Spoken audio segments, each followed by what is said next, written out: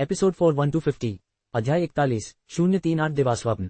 Jung जियुए यान नानमो का हाथ पकड़कर और यान सोंग का नेतृत्व करते हुए जी फैमिली मैनर के लिविंग रूम में चले गए।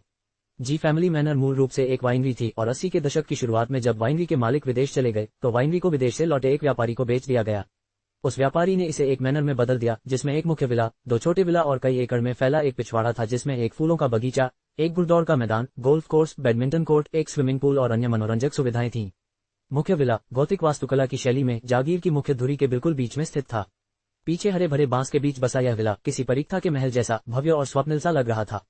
विला की आंतरिक सजावट उतनी ही भव्य थी जितनी कि उसका अग्रभाग दर्शाता था, इतना भव्य और भव्य कि मानो कोई सीधे शाही महल में प्रवेश कर गया हो। जूंग शियुए जी परिवार की हवेली की विलासिता पर विस्मय से विस्मित होकर बोलता रहा, जबकि मन ही मन युनशेन की बेशर्मी को भी देख रहा था। सचमुच इतना विशाल पारिवारिक उद्यम उसके जैसे राख से उठे फीनिक्स जैसे आदमी के लिए एक बड़ा प्रलोभन था। लेकिन उसका उपनाम युन था, जबकि जी युन्या और जी युनम्याओ का उपनाम जी था। वे जी परिवार की असली उत्तराधिकारी थी और अगले जन्म में भी उसे कभी उत्तराधिकार नहीं मिलेगा। दुर्भाग्य से वास्तविकता इतनी क्रूर थी। चूंकि युन्या और युनम्याओ बहुत छोटी थीं और उनके अभिभावक होने के नाते जी परिवार का पूरा भाग्य युनशेन की जेब में चला गया था। ये जुआंग शियुए के लिए एक असाधारण रूप से घुटन भरा बोझ था और यदि वह युन्या के लिए चिंतित न होती तो वह कभी नहीं आती। यान नानमो के साथ उनके देर से आने पर कई मेहमानों का ध्यान उनकी ओर गया। जूंग जियू ने हल्की मुस्कान के साथ जवाब दिया, जिससे सहज ही एक सुंदर और गरिमामयी महिला की छवि उभरकर सामने आई। रेशम की सरसराहट और आभूषणों की चमक गुलाबी शराब की चमक के बीच टोस्ट बनाए गए।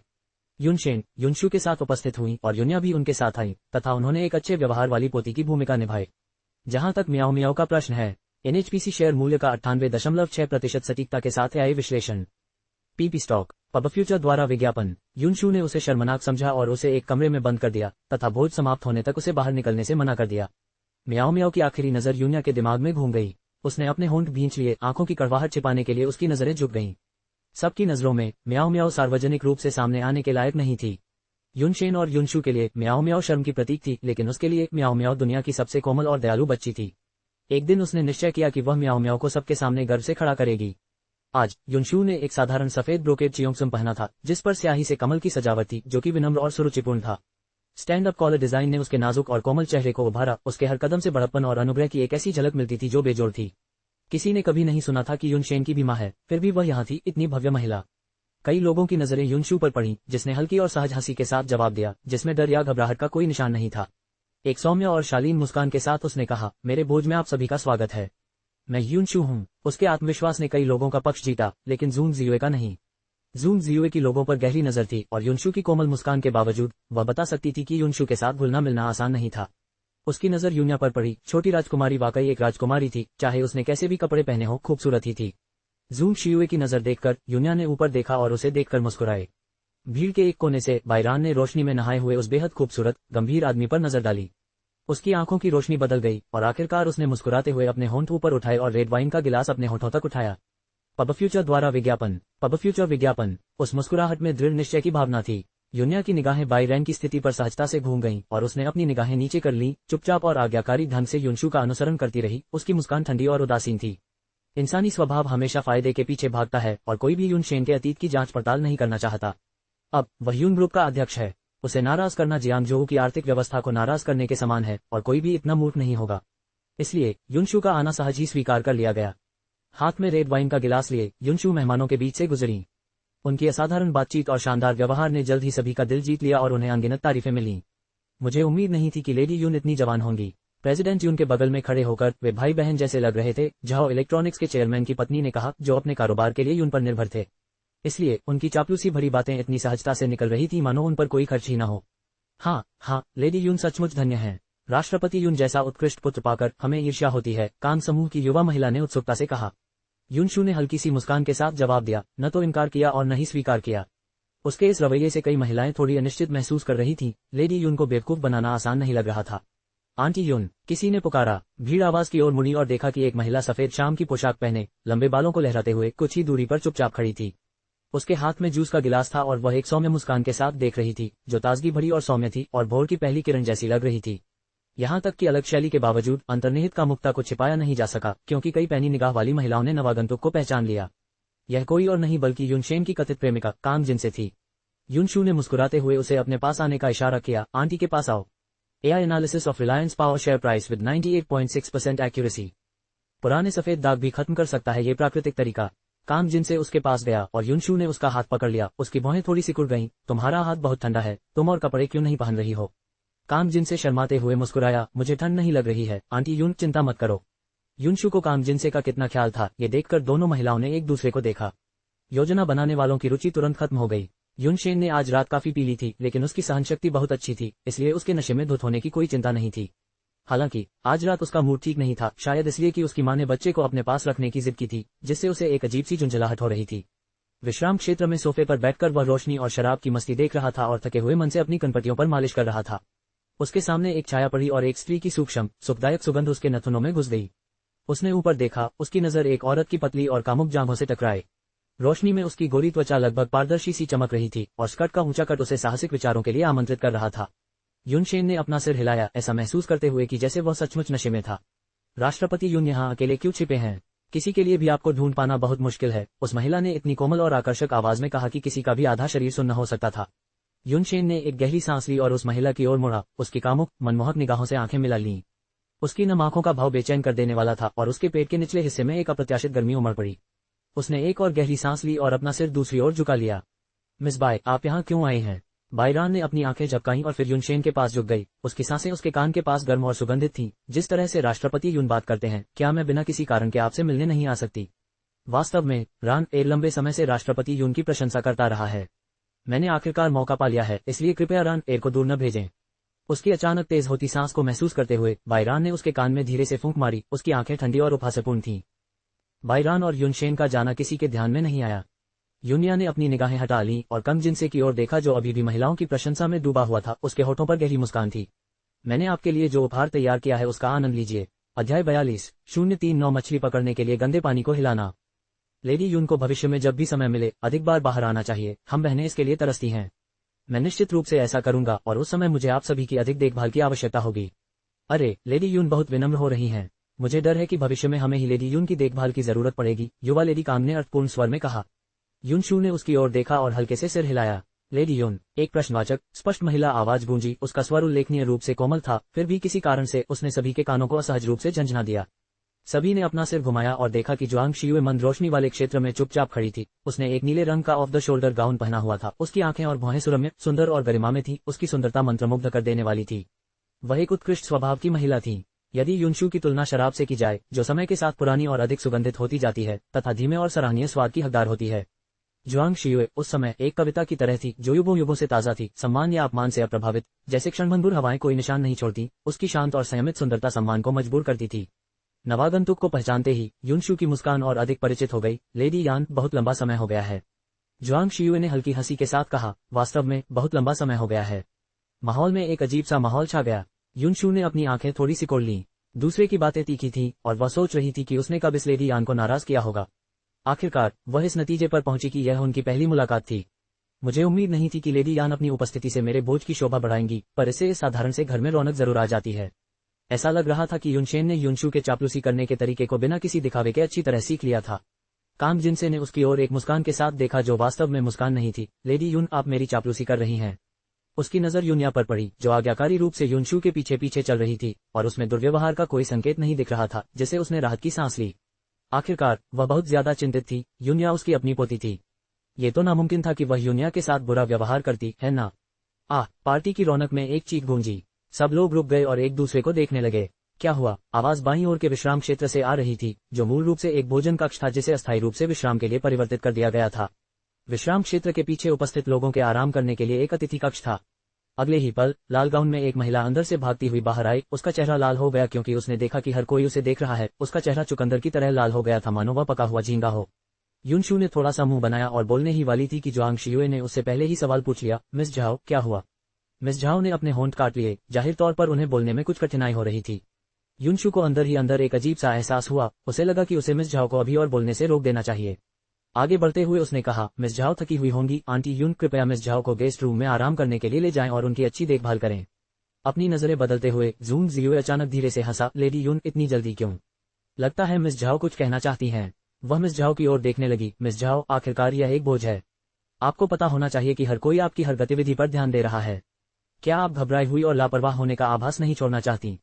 मिस झाओ ने तुरंत अपना सिर हिलाया। उनका चेहरा लाल हो गया था और उन्होंने हाथ हिलाते हुए कहा, बिल्कुल नहीं। उन्होंने अपने पीछे अतिथि कक्ष की ओर इशारा करते हुए कहा, अंदर कोई है। जुआंग शियुए ने भौहें चढ़ाई, अंदर किसी ने मिस झाओ को इस हद तक डरा दिया है। आपकी हिम्मत सचमुच बहुत कम है। मिस झाओ कुछ शर्मिंदा थीं। वह लेडी यान वाकई बहुत जबरदस्त थी, उनका हर वाक्य उन्हें कीचड़ में घसीटने के लिए ही रचा गया था।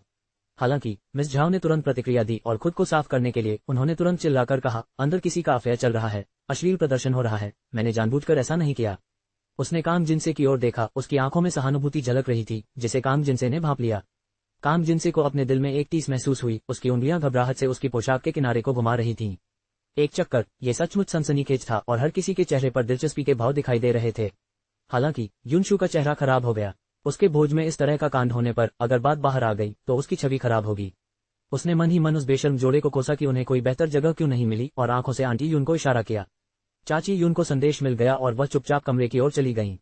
हालांकि मिस झाओ इतनी जल्दी में बाहर आई थी कि उन्होंने दरवाजा ठीक से बंद नहीं किया था और महिला की कामुक कराहें दरवाजे की दरार से रुक रुक कर आ रही थीं, जिससे सभी के चेहरे पर अजीब से भाव आ गए थे। किसी ने टिप्पणी की, वह आवाज इतनी परिचित क्यों लग रही है। युनशु ने अपने दांत भींचे और मुस्कुराते हुए आगे बढ़ी, शायद ये युवा प्रेमियों का जोड़ा है। हमें इस समय उन्हें परेशान नहीं करना चाहिए। आइए हम उन्हें थोड़ी और सहनशीलता दिखाएं। यह अज्ञात था कि कौन चुपचाप अतिथि कक्ष में आया और दरवाजा खोल दिया, जिससे अंदर की सारी चीजें तुरंत भीड़ के सामने आ गईं। अस्पष्ट और मंद प्रकाश में नग्न लिपटे हुए पुरुष और महिला की जोड़ी विशेष रूप से धुंधली रोशनी में दिखाई दे रही थी। महिला के कपड़े और अंडरवियर दरवाजे से बिस्तर तक फैले हुए थे, जो एक भयंकर मुठभेड़ का संकेत दे रहे थे, और वातावरण में अश्लीलता और प्रेम का माहौल व्याप्त था। दृश्य बहुत उत्तेजक था। कुछ औरतों ने अपनी आंखें ढक ली थीं, फिर भी अपनी उंगलियों के बीच से झांकने से खुद को नहीं रोक पा रही थीं। शायद ठंड लगने पर उस औरत ने अपना सिर दरवाजे की तरफ घुमा लिया। उसका चेहरा वासना के बाद लाल हो गया था, उसकी आंखें मोहक और धुंधली थीं। अचानक वह अकड़ गई, चीखी और बलपूर्वक उस आदमी को अपने ऊपर से हटा दिया तथा एक कंबल को अपने शरीर के चारों ओर लपेट लिया। बाहर निकलो, तुम सब लोग बाहर निकलो। यह महिला, क्या वह बाई रान नहीं थी, जो बाई परिवार की युवा कुमारी थी? वास्तव में वह एक जंगली और बेलगाम स्वभाव की थी, जो भोज के दौरान भी पुरुषों की तलाश करने से खुद को रोक नहीं पाती थी। औरतें तिरस्कार से देख रही थीं, मर्द मजे से। उसके नाजुक बदन की वो झलक, छी छी, सचमुच अविस्मरणीय। बाईरान के धक्के से वह आदमी अचंभित होकर बिस्तर पर गिर पड़ा। रोशनी में उस आदमी के चेहरे के भाव एकदम साफ दिखाई दे रहे थे। सुंदर होते हुए भी अलग थलग, उसके गाल पर पसीने की एक बूंद लुढ़क रही थी, जो एक अकथनीय कामुकता जोड़ रही थी, विशेष रूप से उसकी मांसल छाती, जिसे देखकर कई महिलाएं अनजाने में निगल जाती थीं।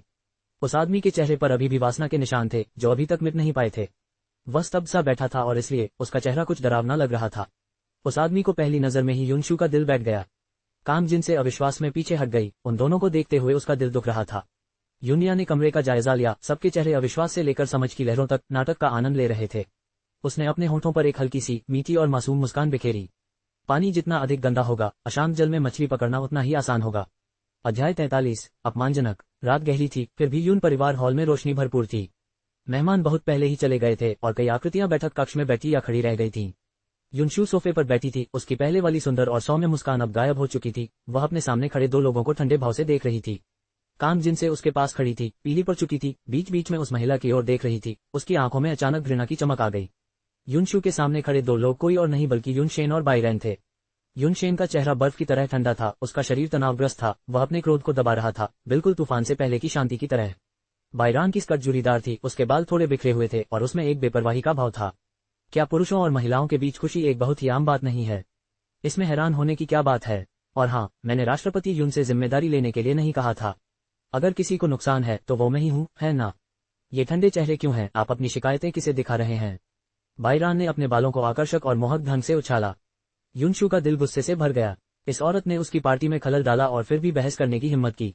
उसके शेनशेन पर जो बुरा असर पड़ा था, उसकी तो बात ही छोड़िए, अगले दिन फैलने वाली बेतुकी अफवाहों से तो वो पूरी तरह वाकिफ थी। ऐसी स्त्री उसकी बहू बनने के योग्य कैसे हो सकती है? मिस बाई, मुझे आज रात की घटना के लिए एक उचित स्पष्टीकरण चाहिए। बाईरान ने एक भौं उठाए और हल्के से हंसी। इतने सारे लोगों ने इसे देखा है, लेडी यून को और क्या स्पष्टीकरण चाहिए? या आपको लगता है कि मुझे पर्याप्त अपमानित नहीं किया गया है? जाहिर है मैं यहाँ उलझन में हूँ। ऐसा मत करो जैसे मैंने तुम्हारे बेटे का बलात्कार किया हो। इतनी असभ्य भाषा। युनशु ने घृणा से भौहें चढ़ाईं। काम जिनसे ने उसकी ओर इशारा किया और चिल्लाया, ये तुम ही हो जिसने भाई शेन को बहकाया होगा, तुम औरत, इतनी षड्यंत्रकारी। बाईरैन की निगाहें उसके पेट के चारों ओर घूम गईं, जिससे काम जिनसे ने अवचेतन रूप से उसके पेट को ढक लिया। बाईरान ने व्यंग्यात्मक लहजे में कहा, इस तरह की चीजों के लिए आपसी सहमति की आवश्यकता होती है, या आपको लगता है कि मेरी शारीरिक बनावट ने उसे मजबूर किया होगा? उसके शब्दों से काम जिनसे का चेहरा सफेद पड़ गया। उसने अपना सिर युनशेन की ओर घुमाया, जो अब तक चुप था, स्पष्टीकरण मांग रहा था, उम्मीद कर रहा था कि वह मान लेगा कि यह उलझन और आवेश का क्षण था। वह उसे माफ करने को तैयार थी। युनशेन चुपचाप वहां खड़ा था, मानो वह एक पेड़ में तब्दील हो रहा हो। उसका पूरा अस्तित्व एक दूर रहने वाली आभा बिखेर रहा था। बाईरेन ने अपना बैग कंधे पर लटकाया, युनशेन की ओर देखा और उसके कान में औकिर की तरह फुसफुसाते हुए उसके हाथ में एक कागज का टुकड़ा थमा दिया। प्रेसिडेंट यू, मुझे उम्मीद नहीं थी कि आप इतने अलग थलग दिखेंगे, फिर भी बिस्तर पर इतने जोशीले होंगे मानो कोई धधकती आग हो, और मुझे लगभग जला ही डालो। ये रहा मेरा नंबर, अगर आपको मेरी याद आए तो फोन कर देना, मैं हमेशा सेवा के लिए तैयार हूँ। उसके शब्द निहितार्थ से भरे हुए गिरने के बाद उसने काम जिनसे और युनशू पर एक नजर डाली, उनके राख जैसे चेहरे देखे और एक चंचल हंसी के साथ अपनी ऊंची एड़ी के जूते पहनकर चली गई। युनशू ने चाय का कप मेज से नीचे फर्श पर फेंक दिया और कहा, यह तो हास्यास्पद है। वह शायद ही कभी अपना आपा खोती थी, लेकिन युनशेन उसकी कमजोर स्थिति थी, और जो कोई भी उसे भड़काने की हिम्मत करता था वह उसकी हमेशा बनाए रखी गई शांति को गंभीर रूप से भंग कर देता था। वह युनशेन की ओर मुड़ी, तुरंत पीआर विभाग में जाओ और इस घटना को दबा दो, तुम्हें खुद को उस तरह की महिला के साथ उलझने नहीं देना चाहिए। इस स्थिति के लिए मेरे पास अपनी योजनाएं हैं, युनशेन ने कहा। उसकी निगाहें गहरी थीं, न तो गुस्सा दिखा रहा था और न ही शांति। तुम्हारा दिन बहुत कठिन रहा है, थोड़ा आराम करो। ये कहते हुए युनशेन ने मेज से कार की चाबियां उठाईं और बिना पीछे देखे घर से बाहर निकल गया। भाई शेन, काम जिनसे ने उसका पीछा किया, लेकिन युनशेन का कोई पता नहीं चला। काफी नाटकीय दृश्य देखने के बाद युन्या बहुत खुश हुई। बाईरान ने जिस तरह से युनशू को गुस्सा दिलाया, उससे जरूर कोई न कोई चाल जरूर चली होगी। वह पहली थी जिसने युनशू को हार मानने पर मजबूर किया, और युन्या को मानना पड़ा कि वह थोड़ा प्रभावित हुआ था। एक काम जिनसे, एक बाईरान, ये दो महिलाएं आपको सिरदर्द देने के लिए पर्याप्त हैं। युनशेन, मेरे प्रति बहुत आभारी मत बनो। उस रात युन्या बहुत गहरी नींद सोई। अगली सुबह जी डाई घबराई हुई दौड़ी हुई आई। छोटी लड़की, कुछ भयानक हुआ है, आपके होने वाले पति ने सार्वजनिक रूप से अपनी पहचान उजागर कर दी है। जी डाई ने युन्या को एक अखबार दिया और मनोरंजन अनुभाग के शीर्ष पर मोटे लाल अक्षरों में लिखा था, काम जिनसे ने धोखा दिया। युनशेन को नया प्यार मिल गया। संपादक काफी मनोरंजक थे, उन्होंने मजाकिया और विनोदी भाषा का प्रयोग करते हुए चिढ़ाने और उपहास करने का कोई मौका नहीं छोड़ा, तथा युनशेन पर एक सोशलाइट को धोखा देने के लिए व्यंग्य किया, जबकि काम जिनसे को किनारे कर दिया गया। युन्या ने अखबार पर नजर डाली और फिर उसे जी डाई को लौटा दिया। इस अखबार में बहुत दम है, मुझे लगता है कि इसे जल्द ही युनशेन खरीद लेगा। छोटी मिस, क्या आप उदास नहीं हैं? जी डाई ने संकोच से पूछा और सावधानी से युन्या के हाव भाव पर ध्यान दिया। मैं दुखी क्यों हूँ? युन्या ने जी डाई की ओर देखते हुए हंसते हुए कहा। तुम्हारा होने वाला पति, वो। जी डी हैरान रह गई। वो जवान लड़की समझदार तो थी, पर आखिर वो तो सिर्फ 5 साल की बच्ची थी। क्या वो सचमुच मर्द और औरत के बीच की जटिल भावनाओं को समझ सकती थी? ये कुछ भी नहीं है। युन्या ने जी डाई की ओर देखा। अब वह समझदार हो गई थी, उसे पता था कि क्या पूछना है और क्या नहीं। मैं आज अंकल किन से मिलने जा रही हूँ, और साथ में मेरा भाई किंडू भी है जिससे मैं अभी तक नहीं मिली हूँ। आंटी डाई, कृपया मुझे वो आसमानी नीले रंग की ड्रेस दिला दीजिए, युन्या ने बहुत ही खुशनुमा मूड में होंठ भींचकर कहा। किंडू को जन्म के साथ ही एक अनाथालय के दरवाजे पर छोड़ दिया गया था। उसे कई बार गोद लिया गया था, लेकिन कुछ ही दिनों बाद उसे वापस कर दिया जाता था, जिसके कारण उसका संवेदनशील और अंतर्मुखी व्यक्तित्व सामने आया। 5 साल की उम्र में किंजुवान उसे अनाथालय से घर ले आया। बच्चों के एक समूह में किंजुवान ने उसे इसलिए चुना क्योंकि अनाथालय से भागने के लिए आतुर दूसरे बच्चे उसके चारों ओर इकट्ठा हो जाते थे और उसे चाचा कहकर पुकारते थे। उनकी आंखें आशा से भरी होती थीं, जो किंजुवान को काफी असहज लगता था। बस एक छोटा लड़का अलग था। वह दूर एक चीनी छतरी के पेड़ के नीचे खड़ा था, किसी अजनबी की तरह सुन्न और ठंडी निगाहों से देख रहा था। उसी पल किंजुवान उस लड़के की आंखों में उसकी उम्र से ज्यादा शांति देखकर आकर्षित हो गया। उसने उस अकेले से दिखने वाले लड़के की ओर इशारा किया और अनाथालय के मुखिया से कहा, मुझे ये चाहिए। किंडू बहुत ही नेकदिल बच्चा था। शायद वापस भेजे जाने के अनुभवों ने उसे बेहद सतर्क और खुश करने के लिए उत्सुक बना दिया था, इस हद तक कि किंजुवान को उसकी कोई गलती ढूंढने का कोई मौका नहीं मिला और उसने सोचा कि उसे और समय देना चाहिए। 3 साल बीत गए और वह और किंडू एक दूसरे पर निर्भर हो गए थे। किंडू ने अपनी सतर्कता कम कर दी थी। वह उसके साथ हंसता और खेलता, बहस करता और झगड़ा करता था जैसे कोई पिता और पुत्र करते हैं। यदि जिलानी ने उसे प्रेम और देने के बारे में सिखाया था, तो किंडू ने उसे बोझ और जिम्मेदारियां उठाने के बारे में सिखाया था। किंडू, जो केवल 8 वर्ष का था, पहले से ही एक युवा लड़के का आचरण रखता था। लंबा और दुबला, नीले रंग की आरामदायक पोशाक पहने हुए, एक सुंदर और नाजुक चेहरे वाला, और एक गर्म उज्ज्वल मुस्कान जिसने युन्या की दुनिया को सूरज की तरह गर्म कर दिया था। अध्याय 44। यह मुझे कैसे परेशान कर सकता है? पिछले जन्म में और इस जन्म में ये युन्या की किंडू से पहली मुलाकात थी। नमस्ते बहन युन्या, मैं किंडू हूँ। छोटे लड़के ने मोती जैसे सफेद दांतों की एक पंक्ति दिखाते हुए सद्भावना भरी मुस्कान के साथ युन्या की ओर अपना हाथ बढ़ाया।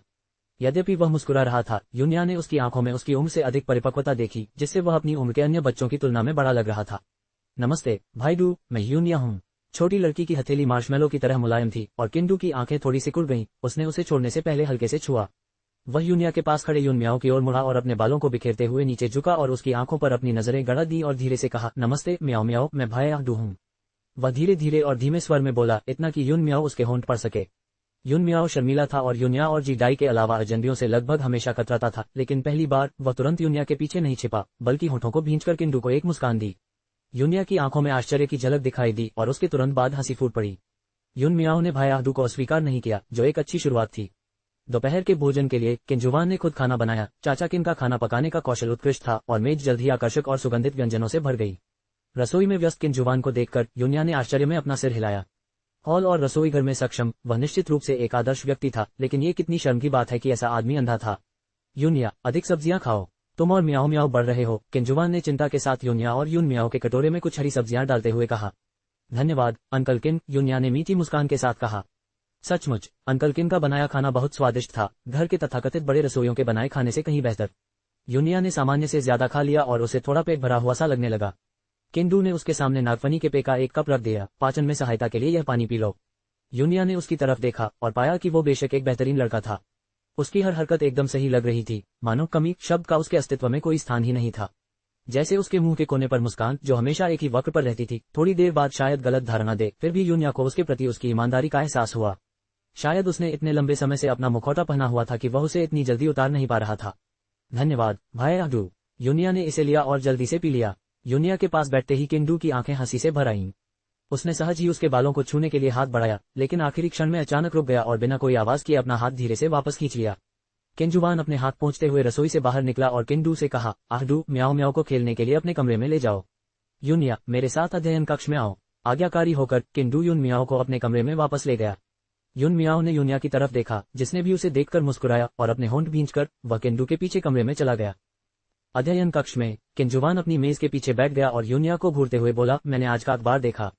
ऐसा लगता है कि कल रात की योजना सफल रही। युनिया ने सोफे पर बैठते हुए अपने मुंह के कोनों को थोड़ा सा मोड़ते हुए कहा, ये तो बस पहला कदम था।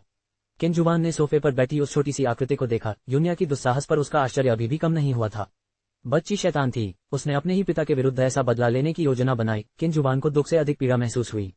वह 5 साल की मासूम उम्र में थी जब दूसरे लोग अपने बेफिक्र बचपन का आनंद ले रहे थे, फिर भी उसे छल कपट और साजिशों की दुनिया में धकेल दिया गया। अब से युनिया ने जो भी महान कार्य किए वे किंजुवान को आश्चर्यचकित नहीं करेंगे। युनशेन रहस्यमय है, इस बार वह बस लापरवाह था। एक बार जब उसे पता चल जाएगा कि क्या हुआ, तो क्या वह हमारी जांच शुरू नहीं करेगा? अगर वह ऐसा करता है तो ये सांप को चौंका सकता है और हमारे खिलाफ काम कर सकता है। किंजुवान ने विश्लेषण किया, उसने युनशेन को कभी कम नहीं आंका। अंकल किन, युनिया ने अपनी नजरें उठाकर किंजुवान से मिलाईं और अपनी गंभीरता से उसे चौंका दिया। मुझे और म्याओ म्याओ को विदेश जाने दो। क्या वे युनशेन के बारे में बात कर रहे थे तो अचानक विदेश जाने की बात क्यों उठा दी? किंजुवान ने युनिया को घूरते हुए कहा, तुम क्या योजना बना रही हो? युनिया ने सांस छोड़ते हुए कहा, देश के अंदर ये युनशेन का क्षेत्र है, उसकी निगरानी में कुछ भी करना जोखिम भरा और धूर्ततापूर्ण है। समय के साथ ये निश्चित रूप से उसका ध्यान आकर्षित करेगा। विदेश में अधिक स्वतंत्रता है और युनशेन की पहुंच इतनी दूर तक नहीं बढ़ सकती, और इसके अलावा विदेशों में चिकित्सा विज्ञान उन्नत है। मैं म्याओ म्याओ के जन्मजात बहरेपन का इलाज करना चाहती हूँ। उसकी जिंदगी इतनी लंबी है कि वह दुनिया की आवाजें न सुन सके। मैं चाहती हूँ कि वह मुझे अपनी आवाज में या पुकारे। उसकी नजरें अचानक असाधारण रूप से कोमल हो गईं। किंजुवान ने युनिया को देखा और मन ही मन आह भरी, क्या तुम सच में इस बारे में निश्चित हो? युनिया ने किंजुवान की ओर देखा, वरना अंकल किन को क्या लगता है कि मैंने बायरान और युनशेन को क्यों फंसाया? वह मेरे बारे में चिंता करने में बहुत व्यस्त है, इसलिए अब मेरे लिए बाहर निकलने का सही समय है। एक बार विदेश में सम्राट भी मुझे नियंत्रित नहीं कर सकता है ना? उसने ताकत इकट्ठा करने और नए सिरे से शुरुआत करने की योजना बनाई। एक दिन वह वापस लौटकर अपनी और म्याओ म्याओ की हर चीज पर कब्जा करेगी। जब उसने पहली बार बायरैन को देखा तो उसे उसकी आंखों में महत्वाकांक्षा दिखाई दी, एक ऐसी महत्वाकांक्षा जो युनशेन से गहराई से छिपी हुई थी। बाई परिवार की वर्तमान स्थिति को देखते हुए उसकी योजनाओं का अनुमान लगाना कठिन नहीं था। पर्दे के पीछे से किसी के द्वारा थोड़ा सा धक्का दिए जाने पर बायरान युनिया के शस्त्रागार में सबसे प्रभावी हथियार बन जाएगा, जो सीधे उन 3 लोगों के दिलों में छुरा घोंप देगा और सब कुछ उखाड़ फेंकेगा। बायरान के उपद्रव के कारण युनिया की अनुपस्थिति के दौरान युन परिवार निश्चित रूप से एक रोमांचक जीवन व्यतीत करेगा। उसे उम्मीद थी कि बायरान इतनी कुशल होगी कि उसे इतनी जल्दी बाहर नहीं किया जाएगा। अंकल किन हमेशा से उसकी योजना का हिस्सा रहे थे, विदेश जाना भी।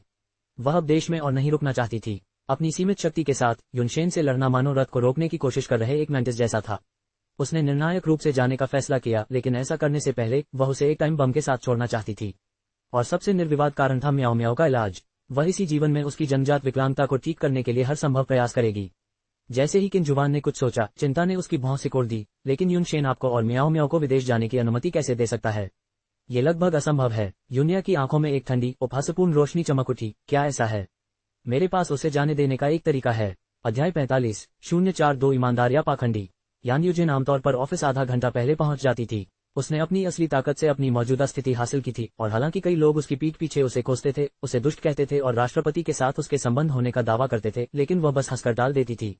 सब उससे जलते थे। वह उन महिलाओं को ईर्ष्या से जलते हुए देखकर आनंदित होती थी, फिर भी उसके साथ कुछ करने की हिम्मत नहीं जुटा पाती थी। आज जब वह ऑफिस पहुंची तो उसने कुछ जूनियर सेक्रेटरी को आपस में बातें करते पाया। यान यूजिन ने ठहाका लगाकर हंसते हुए कहा, क्या कर रहे हो? उनकी आवाजें अचानक बंद हो गईं और जूनियर सचिव पीले चेहरे के साथ मुड़े। गुड मॉर्निंग सिस्टर यान। काम के समय मैं तुम्हें इतना केंद्रित नहीं देखता, लेकिन जब बात गपशप की आती है तो तुम काफी सक्रिय हो जाते हो। इस महीने का आधा बोनस कट गया है और अगली बार जब मैं किसी को पकड़ूंगा तो तुम सब रसद के काम में लग जाओगे, यान यूजिन ने तीखी आवाज में डांटा। कनिष्ठ सचिवों ने अंदर ही अंदर शिकायत की, लेकिन बाहरी तौर पर अजीब ईमानदारी के साथ सहमति जताई। आहली, एक जीवंत व्यक्तित्व वाली नवागमन प्रशिक्षु, ने बहादुरी से यान यूजिन को एक अखबार दिया। बहन यान, हम अभी राष्ट्रपति के बारे में चर्चा कर रहे थे। राष्ट्रपति? वह। आहली लड़खड़ा गई, मानो आगे कुछ कह पाने में असमर्थ हो। यान यूजिन ने उसे घूरते हुए कहा, क्या राष्ट्रपति कोई ऐसी चीज है जिस पर तुम्हें चर्चा करने की इजाजत है?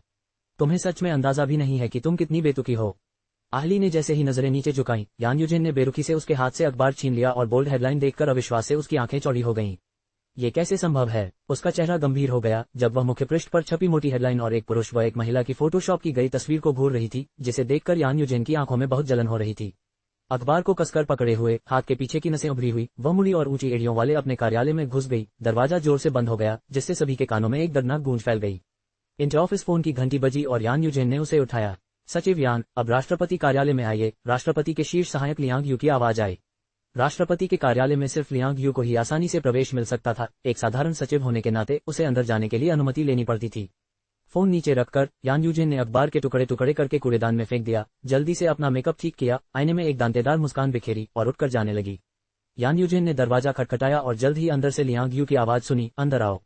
जब यान यूजिन ने दरवाजा खोला तो शराब के धुएं की एक लहर उसके ऊपर आ गिरी, जिससे वह अनायास ही भौचक्की हो गई। युनशेन नशे में पूरी तरह बेहोश होकर सोफे पर लेटा था। कॉफी टेबल पर कई खाली बोतलें पड़ी थीं। लियांग यू उसके बगल में उकड़ू बैठा युनशेन को उठाने की कोशिश कर रहा था और कदमों की आहट पर भी बिना ऊपर देखे उसने कहा, दफ्तर साफ कर दो। जैसे ही उसने यह बात कही, उसने युनशेन को पास के विश्राम कक्ष में जाने में मदद की। युनशेन का पूरा शरीर मिट्टी के ढेले जैसा हो गया था, उसका सिर झुक गया था। अचानक यान यूजिन की नजर उसके खूबसूरत चेहरे पर एक क्षणिक परेशानी के भाव पर पड़ी और उसका दिल बैठ गया। वह विश्राम कक्ष की ओर देखते हुए बोतलें साफ कर रही थी। राष्ट्रपति के साथ इतने सालों तक काम करने के बाद वे हमेशा शांत और संयमित ही लगे थे। उन्हें उम्मीद नहीं थी कि वे नशे में धुत होकर शराब पिएंगे। क्या ये बाईरान की वजह से हो सकता है? अखबार की सुर्खियां याद आते ही उसे एक जानलेवा गुस्सा आया। एक काम जिनसे तो पहले ही काफी बुरी थी और अब एक बाईरान भी सामने आ गई थी। बाई परिवार की जवान औरत, एक मजबूत औरत जिसके साथ निपटना काम जिनसे जैसी दोयम दर्जे की अभिनेत्री से कहीं ज्यादा मुश्किल था। लेकिन इससे क्या, उसे इन औरतों पर एक फायदा था, कहीं ज्यादा। यान यूजिन ने अपनी कमीज के आगे के हिस्से को गर्व से फुला लिया और उसके चेहरे पर आत्मसंतुष्टि थी जब उसने विश्राम कक्ष की ओर देखा। जल्द ही लियांग यू बाहर आया और यान यूजिन की ओर देखते हुए बोला, तुम राष्ट्रपति का ध्यान रखना, मैं यहाँ सफाई कर दूंगा। यान यूजिन ने खुद की ओर इशारा किया, इस बात पर हैरान कि इतनी जल्दी किस्मत आ गई, और कृतज्ञता से लियांग यू की ओर देखा। लियांग यू पहले ही अपनी नजरें हटा चुका था और मेज पर रखी बोतलें उठाने लगा था। बिना किसी दिखावे के यान यूजिन ने उसे धन्यवाद दिया और अपनी ऊंची एड़ी के जूते पहनकर आराम कक्ष की ओर चल दी। लियांग यू ने यान यूजिन के आत्मसंतुष्ट सिलहूट पर लापरवाही से नजर डाली और अपने होठों को एक उपहासपूर्ण व्यंग्य में मोड़ लिया। जैसी की उम्मीद थी, अंदर से एक महिला की अतिरंजित चीख सुनाई दी, जिसके बाद एक आदमी की डरावनी दहाड़ सुनाई दी, बाहर निकलो। यान यूजिन अस्त व्यस्त होकर बाहर भागी। उसका मेकअप थोड़ा धुंधला था, उसकी आंखें लाल थीं, वह काफी दयनीय लग रही थी।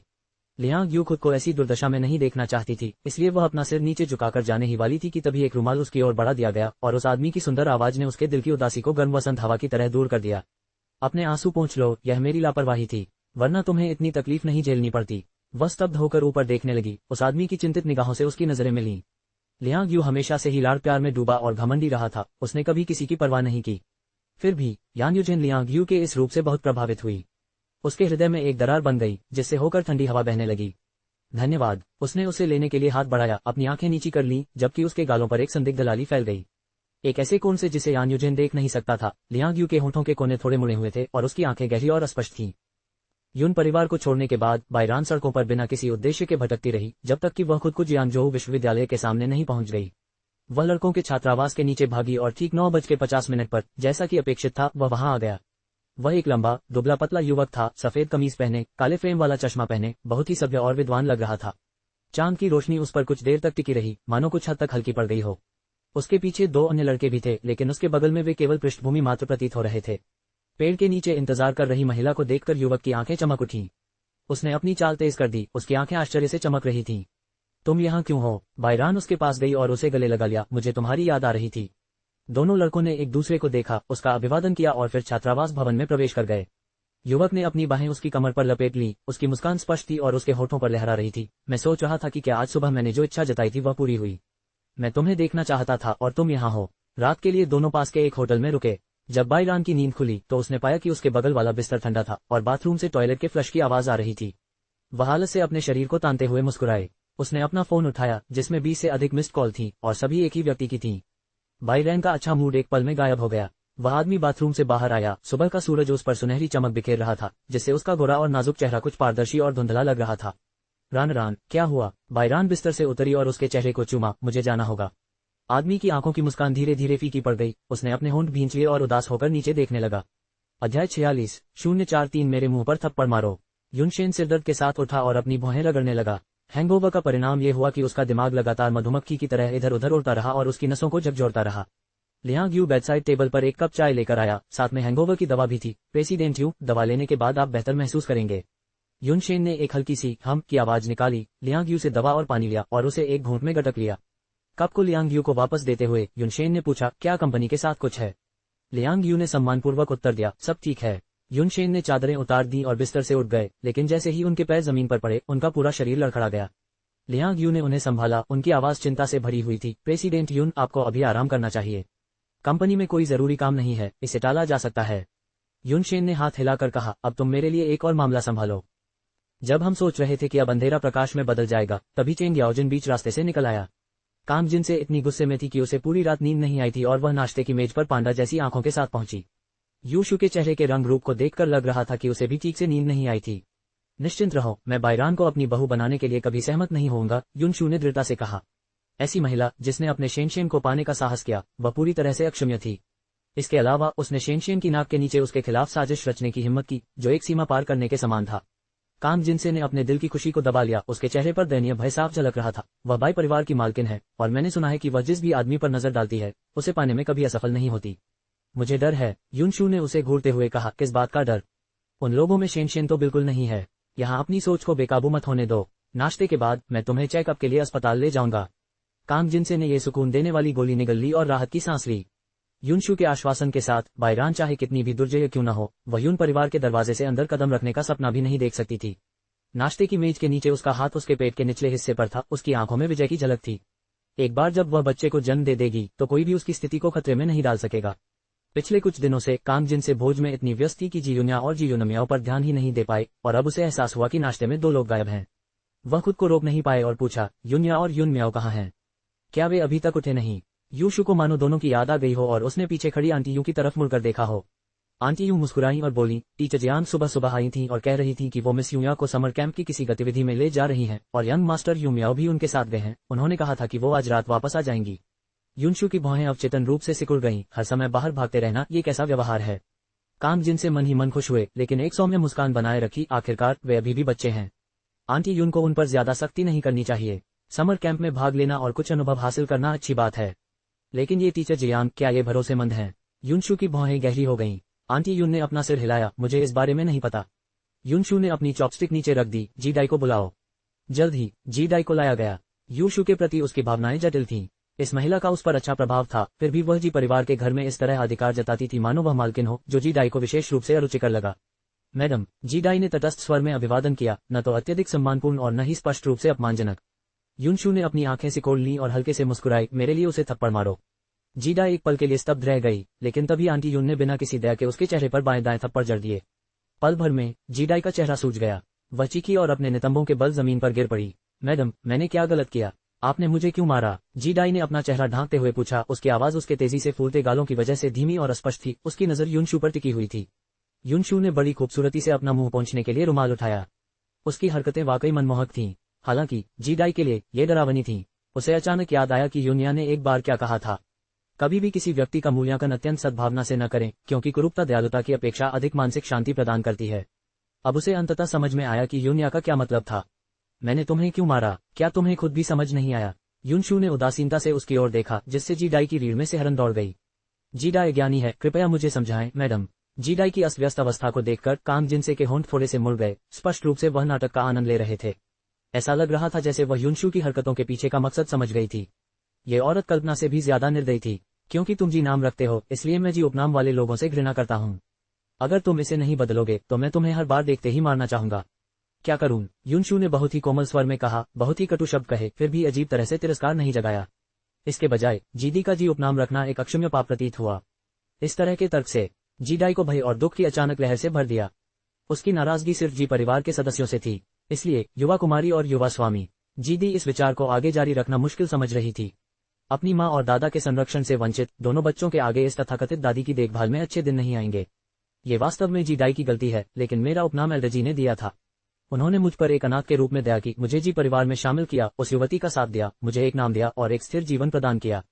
ये कहना अनुचित हो सकता है, लेकिन भले ही मैं एक सेवक हूँ, मेरे दिल में मैंने लंबे समय से जी परिवार को अपना माना है। मेरे लिए एल्डर जी मेरे दूसरे माता पिता की तरह हैं, इसलिए जीडाई अपना नाम बदलने के बजाय मार सहना पसंद करेंगी, जो आपको बहुत निराश करेगा महोदया। परोक्ष रूप से ये जगह जी का घर है, जो किसी भी बाहरी व्यक्ति को परेशानी बर्दाश्त नहीं करता। अगर आपको पता है कि आपके लिए क्या अच्छा है, तो आप तुरंत यहाँ से चले जाएंगे। जीडाई सीधी खड़ी हो गई, उसका शरीर कमजोर था, फिर भी उसमें एक अलग लचीलापन था। युनशु की आंखें सिकुड़ गईं, एक ठंडी चमक झिलमिला उठी, लेकिन जल्द ही उसे हल्की हंसी की परत ने ढक लिया, जिससे वह विशेष रूप से सुंदर और आकर्षक लग रही थी। कितना कर्तव्यनिष्ठ बच्चा है। अगर एल्डर जी की आत्मा स्वर्ग में होती तो उन्हें बहुत सुकून मिलता। ये बहुत बुरा है, जी परिवार अब अतीत की बात हो गया है। अब से ये जगह यून परिवार है। उसने जीभ चटकाई और सिर हिलाया, उसकी नजर दया से जीडाई की ओर थी। ज्यादा सख्त होना टूटने की ओर ले जाता है। मैं तुम्हारी अवज्ञा की प्रशंसा करती हूँ, लेकिन मेरे घर में अवज्ञाकारी नौकरों का कोई मूल्य नहीं है। अध्याय 47:044 क्या गड़बड़ है। यूनिया अंधेरा होने तक घर नहीं लौटी और उसे तुरंत एहसास हो गया कि कुछ गड़बड़ है। युनशु लिविंग रूम में बैठी शान से चाय की चुस्कियां ले रही थी, जबकि कांगजिन से उसके सामने आराम से सूरजमुखी के बीज तोड़ रहा था। यूनिया को देखकर कांगजिन से मुस्कुराया, ओह क्या ये हमारी छोटी राजकुमारी घर नहीं लौट रही है? यहाँ आओ और आंटी को तुम्हें देखने दो। तुमने आज क्या किया? यूनिया युन मियाओ के साथ चली गई, विनम्रता से दादी कहकर पुकारा, फिर कांगजिन से की ओर मुड़ी, चाची जियांग। युनशु ने उसकी ओर उदासीनता से देखा, एक लड़की के रूप में हर समय बाहर भागते रहना अनुचित है। यूनिया ने अपने होंठ भींच लिए, शिक्षक जियांग मुझे ग्रीष्मकालीन शिविर की गतिविधि में भाग लेने के लिए ले गए थे, मुझे माफ करना, मैं फिर कभी देर से घर नहीं लौटूंगी। याद रखो तुम एक लड़की हो, जानती हो कि क्या करना है और क्या नहीं, मुझे तुम्हें बार बार याद दिलाने की जरूरत नहीं है। युनशु की आवाज में कठोरता थी। यूनिया ने अपना सिर झुका लिया, उसकी सहमति से एक त्यागपूर्ण आज्ञाकारिता प्रकट हुई, हाँ दादी। उसका बेबाक व्यवहार देखकर युनशु को अंदर ही अंदर कुछ झुंझलाहट हुई। उसने हाथ हिलाकर यूनिया को अपने काम पर जाने का इशारा किया। यूनिया युन मियाओ को लेकर ऊपर की ओर चली गई, तभी उसके पीछे से युनशु की आवाज एक बार फिर गूंजी, जी डाय आज्ञाकारी थी, इसलिए मुझे उसे कई बार डांटना पड़ा। मैं ऐसे किसी व्यक्ति को आपकी सेवा करते हुए देखकर चैन से नहीं रह सकती, इसलिए मैंने उसे भेजने का फैसला किया। उसने लंबे समय तक आपकी और आपके भाई बहनों की सेवा की है और मैं उसके साथ बुरा व्यवहार नहीं करूंगी। यूनिया का खून जम गया। एक पल के लिए वह उससे भिड़ना चाहती थी, लेकिन उसने ऐसा नहीं किया। उसकी आकृति में कमजोरी का जरा भी नामोनिशान नहीं दिखा। उसकी आवाज स्थिर जल की तरह शांत थी, मैं सब कुछ दादी माँ के विवेक पर छोड़ती हूँ। AI analysis of VDL share price with 98.6% accuracy. Stock analysis site. Ads by Pub Future. युनशु ने यूनिया की विनम्रता पर संतोष से सिर हिलाया। अपने कमरे में वापस आकर दरवाजा बंद करके यूनिया ने यून मियाओ का हाथ छोड़ा और जल्दी से बिस्तर की तरफ दौड़ी। उसने बिस्तर के नीचे से एक डिब्बा निकाला और उसे खोला तो उसमें एक बिल्कुल नया मोबाइल फोन निकला। उसने सिम कार्ड डाला, फोन चालू किया और उसकी उंगलियां कांपने लगी जब उसने एक ऐसा नंबर डायल किया जो उसे याद था। कॉल कनेक्ट होने में उसे ज्यादा देर नहीं लगी। मैं किन जुबान बोल रहा हूँ? क्या मैं जान सकता हूँ कि कौन बोल रहा है? अंकल किन, यह मैं हूँ। यूनिया की आवाज से उसकी तात्कालिकता का पता चल गया। दूसरी तरफ से आवाज रुकी, यूनिया यह आप क्यों हैं? अंकल किन, कृपया आंटी डाई को ढूंढने में मेरी मदद करें। मुझे डर है कि उन्हें कुछ हो गया है। आपको जल्दी करना होगा। फोन रखते ही यूनिया को लगा जैसे उसकी सारी ताकत खत्म हो गई हो। वह बिस्तर के किनारे जमीन पर फिसल गई और अपने घुटनों को छाती से चिपका लिया। एक गहरी असहायता की भावना ने उसे घेर लिया। आंटी डाई मुसीबत में थी और कुछ भी करने में असमर्थ थी, यहाँ तक कि सवाल भी नहीं उठा पा रही थी। आंटी डाई को घर पर अकेली क्यों रहना पड़ा? उन्हें इसका अंदाजा होना चाहिए था। युनशु अपना दबदबा कायम करने का ऐसा मौका हाथ से जाने नहीं देती थी।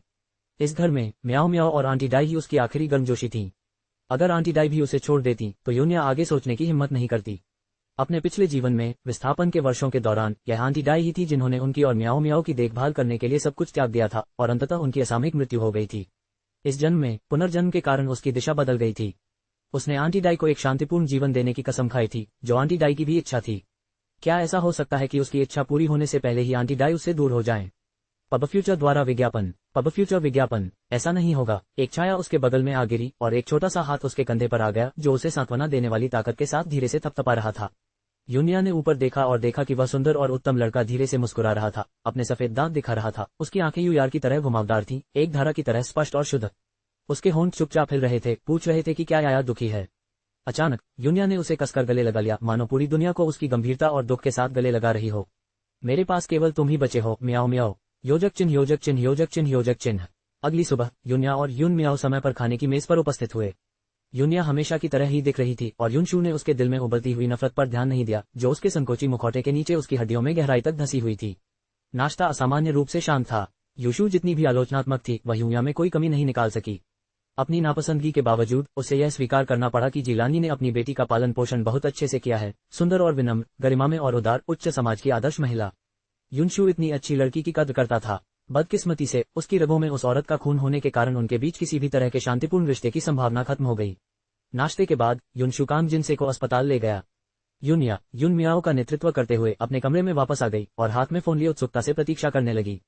पब फ्यूचर विज्ञापन। अंकल किन ने अभी तक कोई खबर नहीं भेजी थी। आंटी डाई को क्या हुआ था? उसे अंकल किन का फोन नहीं आया, बल्कि एक अप्रत्याशित आगंतुक आ पहुंचा। मिस यूनिया, नीचे से आपके लिए एक कॉल आया है। दूसरे पक्ष ने अपनी पहचान नहीं बताई। ऐसा प्रतीत होता है कि वे नहीं चाहते थे कि अन्य लोग ये जाने। नमस्ते, मैं यूनिया हूँ। यूहा, मैं आंटी जुआंग हूँ। एपी से एक कोमल महिला की आवाज आई। यूनिया की आंखें थोड़ी सिकुड़ गईं, एक तेज चमक उनके सामने टूटते तारे की तरह चमक उठी। इससे पहले कि वह उन्हें ढूंढ पाती, वे पहले ही उसके पास आ गए। ये ठीक था, वैसे भी वह इसके लिए कुछ हद तक उत्सुक थी। योजक चिन्ह योजक चिन्ह योजक चिन्ह योजक चिन्ह। अस्पताल से बाहर निकलते समय काम जिनसे का चेहरा पीला पड़ गया था। चादर को हाथ में पकड़े हुए उसके हाथ के पीछे की नसें उभर आईं। अपने बगल में चल रहे यूनशू को देखते हुए उसकी भौहों के बीच दबा हुआ उदासी एक पहाड़ी तूफान के अशुभ संकेत की तरह थी, जिससे काम जिनसे का दिल अनियंत्रित रूप से कांप उठा। आखिर ये नौबत क्यों आ गई? वह इतनी परेशान थी कि उसे रोना आ गया। काम जिनसे को दयनीय स्थिति में देखकर यूनशू ने ठंडे स्वर में कहा, जब हम वापस आएंगे तब बात करेंगे। एक धमाके के साथ उसने कार का दरवाजा बंद कर दिया। काम जिनसे का दिल धड़क उठा। वह कार का दरवाजा खोलने ही वाली थी कि अचानक उसका फोन बज उठा। कॉलर आईडी देखने के बाद काम जिनसे ने जवाब देने से पहले अपनी सांसों को स्थिर करने के लिए कुछ क्षण लिए। बहन, तुम कहाँ हो? मुझे तुम्हारी बहुत याद आती है। क्या तुम मुझसे मिलने आ सकती हो? फोन से एक प्यारी और प्यारी लड़की की आवाज उसके पास पहुंची। अध्याय 48:045 ड्रैगन पूल और टाइगर्स डैन। जैसे ही वह लिविंग रूम में गई, यूनशू ने पलटकर काम जिनसे के चेहरे पर जोरदार थप्पड़ मारा। तुम्हारी हिम्मत कैसे हुई मुझे धोखा देने की? अपना चेहरा ढके हुए काम जिनसे ने शिकायत में धीरे से कहा, चाची यून, मुझे इस बारे में कुछ नहीं पता था। यह कोई गलतफहमी होगी। गलतफहमी? यूनशू ने कागज उसके मुंह पर फेंक दिया। यहाँ साफ साफ लिखा है, तुम गर्भवती नहीं हो। काम जिनसे, तुमने मुझे धोखा देने की हिम्मत कैसे की? मैं तुमसे बहुत निराश हूँ। यूनशू का चेहरा बर्फ की तरह ठंडा था। वह इस बात से क्रोधित थी कि उसे इस महिला ने मूर्ख बनाया है। काम जिनसे धड़ाम से घुटनों के बल गिर पड़ी और रोने लगी, मानो उसका दिल टूट रहा हो। आंटी यून, प्लीज आपको मुझ पर विश्वास करना होगा। मैं आपको धोखा देने की हिम्मत कैसे कर सकती हूँ? पिछली बार जब मैं अस्पताल गई थी तो डॉक्टर ने मुझे खुद बताया था कि मैं 2 महीने से ज्यादा की गर्भवती हूँ। मुझे समझ नहीं आ रहा कि ऐसा क्यों हुआ, लेकिन इस जांच से अचानक पता चला कि मैं गर्भवती नहीं हूँ। आंटी यून, मैं आपको धोखा देने की हिम्मत कैसे कर सकती हूँ? वरना मैं आपके साथ अस्पताल में जांच के लिए जाने की हिम्मत नहीं कर पाती। यूनशू के चेहरे पर थोड़ी नरमी आई और उसने काम जिनसे पर भौहें चढ़ाई। हमारे रिश्ते के वर्षों को देखते हुए मैं तुम्हें उचित स्पष्टीकरण देने के लिए आधा दिन दूंगी। उसके बाद मैं तुम्हें फिर कभी नहीं देखना चाहती। काम जिनसे ने जल्दी से सिर हिलाया। यह उसका आखिरी मौका था और उसे पूरी ताकत से इसे पकड़ना था। यूनिया नीचे से आती आवाजें सुन रही थी। उसके होंठ घृणा से सिकुड़ रहे थे। क्या अद्भुत नाटक था वाकई। तो यह एक नकली गर्भावस्था थी, इससे ये स्पष्ट हो गया। लेकिन ऐसा लग रहा था कि इसमें और भी कुछ है। जैसा कि काम जिनसे ने कहा था, अगर उसने अपनी गर्भावस्था का नाटक किया होता तो वह आज यूनशू के साथ अस्पताल में जांच के लिए नहीं जाती, क्योंकि इसे उसका अपना झूठ उजागर हो जाता। काम जिनसे जाहिर तौर पर इतनी मूर्ख नहीं थी, तो फिर यहाँ आखिर क्या गलती हुई? काम जिनसे पहले उस अस्पताल में गई जहां उसे बताया गया था कि वह गर्भवती है। किस्मत से उस दिन वह डॉक्टर ड्यूटी पर था। जब वे बाथरूम ब्रेक ले रहे थे तो उसने डॉक्टर को टॉयलेट के दरवाजे पर घेर लिया। डॉक्टर ली, मुझे आशा है कि आप मुझे कोई उचित स्पष्टीकरण दे सकते हैं, अन्यथा मैं ये सुनिश्चित कर दूंगी कि आपकी प्रतिष्ठा पूरी तरह से बर्बाद हो जाए और आप फिर कभी इस क्षेत्र में काम नहीं कर पाएंगे। काम जिनसे ने डॉक्टर ली पर अपने परीक्षण के परिणाम फेंके। डॉक्टर ली को काम जिनसे का गहरा प्रभाव पड़ा, क्योंकि वह कुछ हद तक एक सेलिब्रिटी थी, आकर्षक और निश्चित रूप से ऐसी नहीं थी जिन्हें आप आसानी से भूल सकें। उन्होंने नतीजे लिए, आह भरी और कहा, मिस कांग, मैं आपको ढूंढने की कोशिश कर रहा हूँ। काम जिनसे की भौहें ऊपर उठ गईं। तुम्हारी हिम्मत मुझे ढूंढने की है? क्वैक, क्या तुम्हें एहसास है कि तुमने मुझे लगभग मार ही डाला था? मैंने परीक्षण के परिणाम गलत बता दिए और आपकी स्थिति का गलत निदान कर दिया। मुझे इसके लिए सचमुच खेद है। तो टेस्ट के नतीजे बदल दिए गए थे, यानी वह असल में गर्भवती नहीं थी। सच्चाई जानने पर काम जिनसे की सांस फूल गई और वह डॉक्टर ली को विकृत चेहरे से घूरने लगा। तुमने मुझे लगभग मार ही डाला था। क्या तुम्हें लगता है कि सिर्फ माफी मांगने से काम चल जाएगा?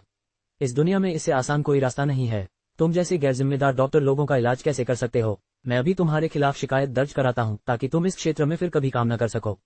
डॉक्टर ली अंततः घबरा गए। मिस कांग, कृपया ऐसा न करें। ठंडी मुस्कान के साथ कांग जिनसे ने कहा, मैं तुम्हें छोड़ देने पर विचार कर सकता हूँ, लेकिन यह इस बात पर निर्भर करता है कि तुम कितने आज्ञाकारी हो। उद्धरण चिन्ह डॉट डॉट डॉट। यही तो हुआ आंटी यून। ये सब उस झोलाछाप डॉक्टर की गलती थी। मुझे इसके बारे में कुछ भी पता नहीं था। कांग जिनसे ने दयनीय भाव से विनती की। युनशु को ऐसी गलती की उम्मीद नहीं थी। उसने हाथ हिलाकर टाल दिया। छोड़ो भी, मुझे इस मामले को आगे बढ़ाने का मन नहीं है। चूंकि तुम गर्भवती नहीं हो, इसलिए अब तुम्हारे पास यहाँ रुकने का कोई बहाना नहीं है। अपना सामान पैक करो और आज दोपहर को यहाँ से निकल जाओ। अनिच्छा महसूस करने के बावजूद कांग जिनसे केवल अपने अभिमान को निगल सकी और विनम्रतापूर्वक सिर हिलाया। इस समय के दौरान आपकी चिंता के लिए धन्यवाद। ये जिनसे ही था जो अपरिपक्व था। युनशु ने उसे फिर से देखा। तुम एक समझदार महिला हो। मैं दिखावा करूंगा कि ऐसा कभी हुआ ही नहीं। आगे क्या होगा ये तुम्हारे अपने भाग्य पर निर्भर है। कांग जिनसे ने अपना सिर झुकाया। मैं समझ गया। ऐसा लग रहा था कि आंटी यून अब भी उस पर थोड़ा एहसान करती थी। अगर वो गर्भवती नहीं भी हुई तो क्या हुआ, आखिरकार वो उनका दिल जीत ही लेंगी। यूनिया को दोपहर में अंकल किन का फोन आया। आंटी डाई मिल गई थी। पता चला कि उसे एक मनोरंजन क्लब में ले जाया गया था और वह वहां की सबसे पतित महिलाओं में से एक बन गई थी। अंकल किन ने उसे ठीक समय पर ढूंढ लिया, वरना आंटी डाई की पवित्रता पूरी तरह से नष्ट हो जाती। यूनिया ने अपने दिल में दबी नफरत को दबाते हुए अपने निचले होंठ को जोर से काटा। एक महिला के साथ ऐसा व्यवहार शब्दों से परे क्रूर था। युनशु का उदाहरण देते हुए आंटी डाई को निर्दोष रूप से फंसाया गया था। आंटी डाई अब कैसी हैं? पहले तो उसकी भावनाएं काफी अस्थिर थी, लेकिन अब वह सो रही है। चिंता मत करो यूनिया, मैं उसका पूरा ध्यान रखूंगा। चाचा किन, कृपया मेरे लिए थोड़ी देर और उसकी देखभाल करें। उसे अभी जी परिवार में वापस नहीं लौटना चाहिए। ये बहुत खतरनाक है। बाघों और ड्रैगन की इस मांद के लिए मैं अकेला ही काफी हूँ। उसने अंकल किन की असहाय आह सुनी। यूनिया, क्या तुम जानती हो कि अंकल किन तुम्हारा कितना ख्याल रखते हैं? बिना पलक झपकाए यूनिया ने उत्तर दिया, अगर अंकल किन वास्तव में मेरी परवाह करते हैं तो कृपया एक बार और मेरी मदद करें। बायरान अंधेरा होने तक घर नहीं पहुंची। लिविंग रूम में बायलुन सीधा बैठा था। उसकी पत्नी गू चुनरोंग उसके बगल में थी। बायरान को देखते ही उसने गर्मजोशी से उसका अभिवादन किया। रान, तुम आखिरकार वापस आ ही गई। भाभी, बायरान ने सपाट लहजे में कहा। बायलुन ने उपहास किया, तुम्हें अभी भी पता है कि वापस कैसे आना है। बायरान को बहस में कोई रुचि नहीं थी, इसलिए वह ऊपर की ओर चली गई। गू चुनरोंग ने बायलुन को देखा, फिर मुस्कुराते हुए बायरैन की ओर मुड़ा। रान, अपने कपड़े बदलो और खाना खाने नीचे आओ। तुम्हारी भाभी ने तुम्हारी पसंदीदा मीठी और खट्टी मछली बनाई है। समझ गया, बायरान ने जवाब दिया। खाने की मेज पर गू चुनरोंग ने बायरैन के कटोरे में नाजुक सफेद मछली का एक टुकड़ा रखा। मैंने नौकरानी को पूरे शहर में जाकर सबसे ताजा ग्रास काप लाने को कहा है। इसे आजमा कर देखो, क्या ये तुम्हारे स्वाद के अनुकूल है? जैसे जैसे सुगंध उसकी नाक में आती गई, बायरैन को अचानक मतली महसूस हुई। उसका चेहरा पीला पड़ गया और वह अपना मुंह ढककर शौचालय की ओर भागी। गू चुनरोंग ने घबराकर अपनी चॉपस्टिक गिरा दी। रान, तुम्हें क्या हुआ है? अध्याय 49:046 जैसी आपकी इच्छा।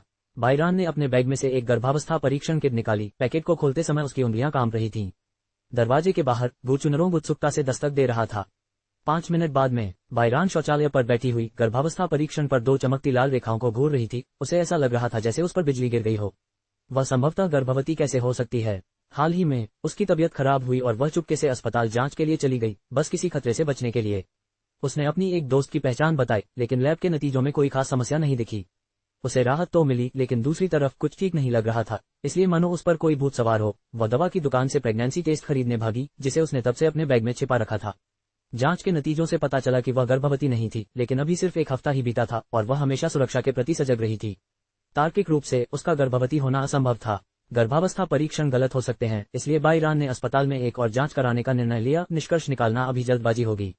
यद्यपि उसने इन विचारों से खुद को सांत्वना दी, लेकिन अंदर ही अंदर उसने चुपचाप परिणाम को स्वीकार कर लिया था। बाथरूम का दरवाजा अचानक अंदर से खुल गया। गू चुनरोंग ने बायरान को पीला चेहरा लिए बाहर निकलते देखा। उससे एक नाजुक सुंदरता झलक रही थी। वह एक पल के लिए स्तब्ध रह गई, फिर जल्दी से उसे सहारा देने के लिए आगे बढ़ी। रान, क्या तुम्हारी तबीयत ठीक नहीं है? अपनी भाभी से कहो कि वे तुम्हें चेकअप के लिए अस्पताल ले जाएं, उसने सुझाव दिया। बायरान अवचेतन रूप से कांप उठी, लेकिन शांति से बोली, मैं ठीक हूँ। पिछले कुछ दिनों से मेरा पेट थोड़ा खराब है, लेकिन मैंने पहले ही कुछ दवा ले ली है। मेरी चिंता मत करो भाभी। मैं चिंता क्यों न करूं? तुम अभी भी बहुत छोटी हो, तुम पेट की बीमारी को नजरअंदाज नहीं कर सकती। गू चुनरोंग की कोमल आवाज बहुत प्यारी थी। बायरान की झुकी हुई आंखों में उपहास की झलक दिखाई दी। ये भाभी हमेशा एक आदर्श मुखौटा बनाए रखती थी, लेकिन कभी कभी उसकी आंखों में जो वर्णनात्मक चतुराई झलकती थी, वह बायरैन की नजर से बच नहीं पाती थी। यदि आप अस्वस्थ महसूस कर रहे हैं तो आपको शीघ्र ही अस्पताल जाकर जांच करानी चाहिए, अन्यथा इतनी कम उम्र में आपको कोई दीर्घकालिक बीमारी हो सकती है और अंततः आपको ही इसका खामियाजा भुगतना पड़ेगा, बायलुन ने सख्ती से कहा।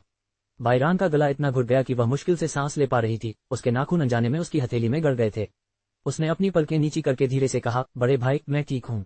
विषय बदलने का अवसर पाकर बायलुन ने कहा, मैंने अखबार पढ़ा, आपने अच्छा किया। रानरान, यदि आप सफलतापूर्वक युनशेन से शादी कर सकते हैं तो आपने हमारे बाई परिवार को बचा लिया होगा। बायरान ने गहरी सांस ली। बायलुन के कठोर और निर्दयी चेहरे और गूढ़ चुनरों की उम्मीद भरी गणनात्मक निगाहों को देखकर उसके दिल में अचानक उदासी की लहर उठी। उसकी निगाहें उसके पेट पर टिक गईं, जहां उसकी आंखों में एक गहरी और बर्फीली चमक एक उल्का की तरह क्षणभंगुर होकर झिलमिला रही थी। जब उसने फिर से ऊपर देखा तो वह अभी भी वही आकर्षक और कामुक मिसबाई थी, तेज तर्रार और विशिष्ट आकर्षण के साथ पैदा हुई। बड़े भाई, जैसी आपकी इच्छा। दोपहर 4 बजे कैफे। फर्श से छत तक की खिड़कियों से आती हुई आलस भरी धूप सुनहरी चमक बिखेरती थी, जिससे नशा सा महसूस होता था। एक कोने में जूंग जियुए ने अपने बगल में सीधे बैठे छोटे लड़के की तरफ देखा। उसने हार मानकर अपना सिर हिलाया और बार बार डांटते हुए कहा, तुम्हें बाद में यूनिया के साथ अच्छा व्यवहार करना होगा। अगर तुमने उसे फिर से परेशान करने की हिम्मत की तो मैं तुम्हें फिर कभी बाहर नहीं ले जाऊंगी। क्या तुमने मेरी बात सुनी? जूंग जियुए का स्वर काफी सख्त था। उसकी आंखों के सामने बीती घटनाएं घूम गईं। ये बच्चा तो बड़ा शैतान था। बिना याद दिलाए ही वह यूनिया पर हमला कर देता। छोटा लड़का, काले रंग का सूट पहने हुए, गर्दन के चारों ओर धनुष टाई और पीछे की ओर कंघी किए बालों के साथ, गुलाबी होंठ और सफेद दांतों वाला एक गोरा और नाजुक चेहरा था, लेकिन एक बहुत ही ठंडा भाव था। उसकी भौहें थोड़ी सिकुड़ी हुई थीं, जो बेहद अधीर लग रहा था। क्या आपने काफी कुछ कह दिया? जुआंग शियुए ने उसे घूरते हुए कहा, ये कैसा स्वर है? मैं तुम्हारी माँ हूँ। हाँ, यानसोंग ने ठंडे स्वर में कहा, मैं बस इतना कहना चाहता था कि अगर तुम्हें प्यास लगी हो तो मैं तुम्हारे लिए एक गिलास पानी ला दूं। बोलते हुए उसने जूस उसके सामने मेज पर रख दिया। जुआंग जियुए ने मन ही मन सोचा, ये छोटा सा कमीना। 2 घंटे पहले जुआंग शियुए ने अभी फोन रखा ही था कि उसने मुड़कर देखा कि यानसोंग उसके ठीक पीछे खड़ा था, जिससे वह बुरी तरह डर गई। तुमने तो मुझे लगभग मौत के घाट उतार दिया, बच्चे। तुम्हें अपने साहस पर काम करने की जरूरत है। यानसोंग ने ये टिप्पणी छोड़ दी और अपना खिलौना लेकर चला गया। यूनिया के साथ अपनी मुलाकात को याद करते हुए जुआंग शियुए ने उसके साथ बहस न करने का फैसला किया और यानके को खोजने के लिए ऊपर चली गई। गेगे, क्या तुम चाहती हो कि माँ तुम्हें सिस्टर यूनिया से मिलने ले जाए? यानके खुशी से नाच उठा। हाँ, गेगे बहन यूनिया से सबसे ज्यादा प्यार करता है। यानसोंग ने अपनी नाक से खर्राटे लिए। यानके के कपड़े बदलने के बाद उसे अचानक जल्दी जाने की जरूरत महसूस हुई और वह अपनी छोटी टांगों पर ही बाथरूम में भाग गया। जूंग जियुए कपड़े बदलने के लिए अपने कमरे में वापस चली गई। यानसोंग की नजरें इधर उधर घूम गईं और वह बाथरूम में घुस गया। जैसे ही वह जाने ही वाली थी, यानके अचानक फूट फूट कर रोने लगा और जाने से इनकार कर दिया। जूंग शियुए बहुत चिंतित था। उसे लगा कि बच्चे की तबीयत ठीक नहीं है, लेकिन वह रोते रोते सो गया। वे ऐसे कैसे बाहर जा सकते थे? तब तक तरोताजा यानसोंग दरवाजे की चौखट पर झुककर अनिच्छा से बोल रहा था, मैं कुछ भी नहीं करने से ऊब गया हूँ, मैं आपके साथ बाहर जा सकता हूँ। जूंग शियुए ने मन ही मन सोचा, चूंकि गेगे सो रहा है तो क्यों न यानसोंग को भी साथ ले लिया जाए। शायद वो उसके सामने यूनिया के साथ खुलेआम बदसलूकी करने की हिम्मत नहीं करेगा। और इसलिए यानसोंग जुआंग जियुए के साथ भोज में गया। नींद में यानके ने अपने होठों को प्यार से चटकाया, बुलबुले उड़ाते हुए बुदबुदाया, भाई मेरा ट्रांसफॉर्मर। ठीक 4 बजे यूनिया योजना के अनुसार पहुंच गई। युवती ने पीली टी शर्ट और गहरे नीले रंग की जीन्स पहनी हुई थी। उसके बाल जूड़े में बंधे हुए थे। उसका दुबला पतला शरीर एक युवती की गरिमा दर्शाने लगा था। देर से बसंत और शुरुआती गर्मियों की धूप में टहलते हुए उसकी त्वचा इतनी गोरी थी कि लगभग पारदर्शी लग रही थी। उसका व्यवहार शाही और सुरुचिपूर्ण था, मानो वह किसी महल से बाहर निकल रही कोई राजकुमारी हो और उसके आसपास की हर चीज मानो पृष्ठभूमि बन गई हो। उसकी आंखें स्याही के 2 धब्बों के समान थी। उसकी मुस्कान कोमल थी, उसकी मुद्रा उदार और गरिमा में थी। मात्र 5 वर्ष की बालिका पर ऐसी आभा की कल्पना करना कठिन था, मानो वह उसकी हड्डियों में समा गई हो और उसके बालों का एक भी रेशा अछूत महान पवित्रता से भरा हुआ प्रतीत होता था। एक क्षण के लिए यानसांग मंत्रमुग्ध हो गया। बाद के वर्षों में वह अनगिनत बार इस छवि के बारे में सोचता रहा। हालांकि वह कभी स्वीकार नहीं करता था। 7 साल की उम्र में ही 5 साल की यूनिया के लिए उसके मन में भावनाएं विकसित हो चुकी थीं। बदकिस्मती से उस वक्त वो इन रोमांटिक भावनाओं को समझ नहीं पाया था। अपने दिल की उस अवर्णनीय धड़कन को उसने एक शर्मनाक राज समझा, जो छुपा हुआ था, सुलग रहा था, सीलबंद था। वक्त को बेड़ा और बरसों को नाव की तरह प्यार नाम की ये छोटी सी नाव उसके दिल के समंदर में दूर दूर तक तैरती जा रही थी।